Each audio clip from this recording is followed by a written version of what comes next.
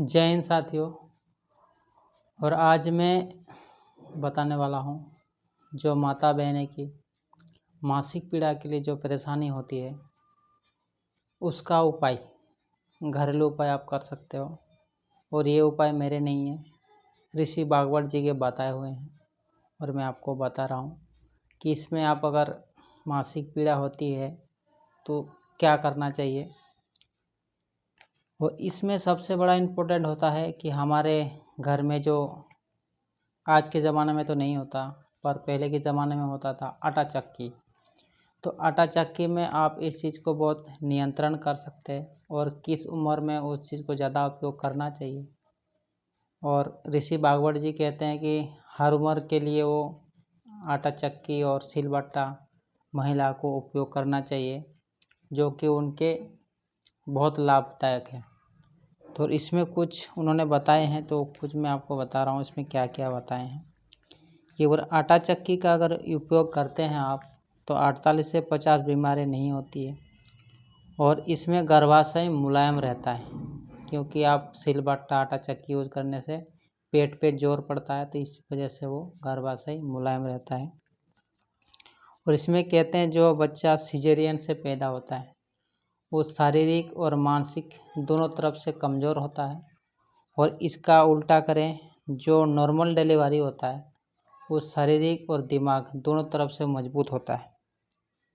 और कहते हैं कि रोटी 48 मिनट के अंदर ही खा लेना चाहिए। अगर आप रोटी बनाए हैं तो 48 मिनट के अंदर खा लें। आपका आटा जो आप होता है 15 दिन से ज़्यादा पुराना ना हो। ये 15 दिन बहुत अधिकतम टाइम दिया है। और ऋषि भागवत कहते हैं कि 7 दिन से ज़्यादा पुराना आटा तो नहीं होना चाहिए। अगर आप रोज़ पीस के आटा चक्की में चला के खाते हैं तो आपको लिए बहुत फ़ायदेमंद है। और इस आटे की चक्की में आप रोज़ चलाते हैं तो इसमें वज़न भी आपका कम होता है, अगर रोज़ 15 मिनट चलाते हैं तो। और कहते हैं कि महिला की 45 वर्ष के बाद गर्भाशय की बहुत सारी समस्या शुरू होती है। यही चीज़ें मैं आपको बताने के आपको बता रहा हूँ कि इसमें क्या क्या समस्या होता है। जब मेंसेस साइकिल बंद होता है 45 के बाद तो इसमें होता है क्या, मोनोपॉज पीरियड शुरू होता है, जो कि बच्चे के जन्म के समय से ज़्यादा तकलीफ़ देने वाला होता है। जब मासिक पीड़ा शुरू होती पहली बार तब ऐसे ही दर्द होता है। कुछ समस्या तो ऐसी होती है जो कि समझ में नहीं आती। अचानक पसीना आता है, फिर थोड़ी देर बाद ठंड लगने लगता है, फिर थोड़ी देर चेहरा त्वचा लाल हो जाता है। इस समस्या को ख़त्म तो नहीं किया जा सकता, लेकिन इसमें नियंत्रण किया जा सकता है, कंट्रोल किया जा सकता है। तो उसमें बताया सबसे पहले चक्की और सिलबट्टे, जो पहले मैंने आपको बताया आटा चक्की और सिलबट्टा का नियंत्रण में आप इस समस्या को आप नियंत्रण कर सकते हैं और इससे आप कंट्रोल कर सकते हैं। प्रयोग लाया जा सकता है। सिलबट्टे को चलाने से ज़्यादा जोर पेट पे पड़ता है और दवा खाकर नियंत्रण करने के साइड इफ़ेक्ट कई सारे हैं, लेकिन हार्मोन्स सिल रिलीमेंट्स तकनीक एनजीओआरटीओ से वजह से बढ़ता है। हमारी तासीर कम रफ्तार से उपयोग की है।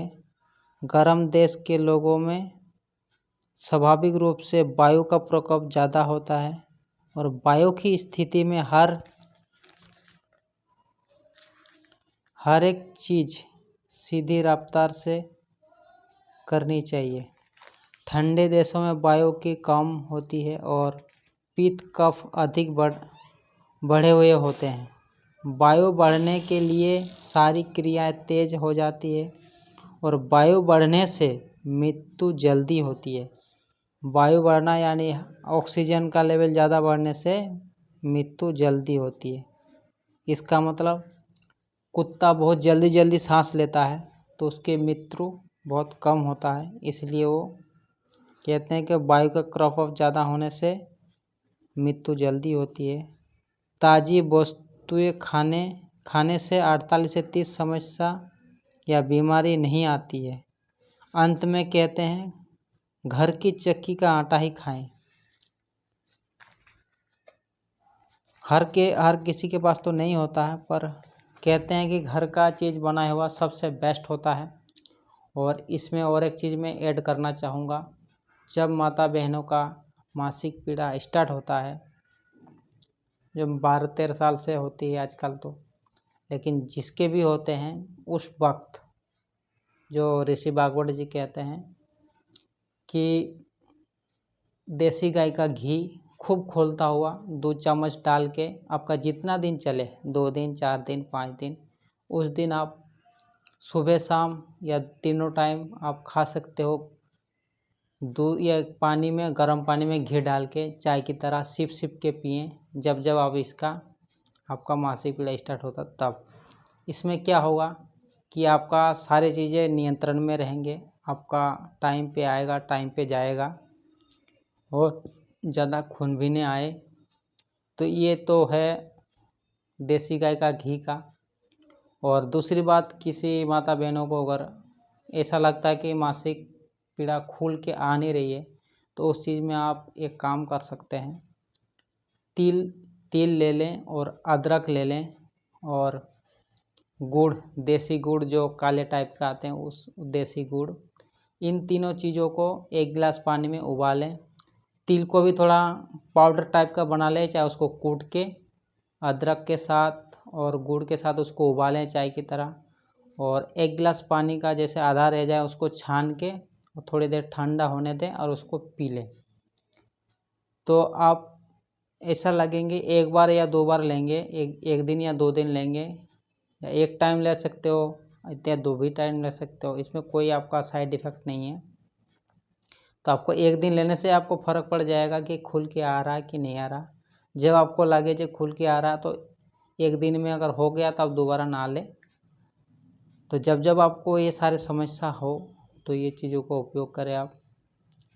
और यही कहूँगा कि आयुर्वेद अपनाएं, स्वस्थ रहें, निरोगी रहें। जय हिंद।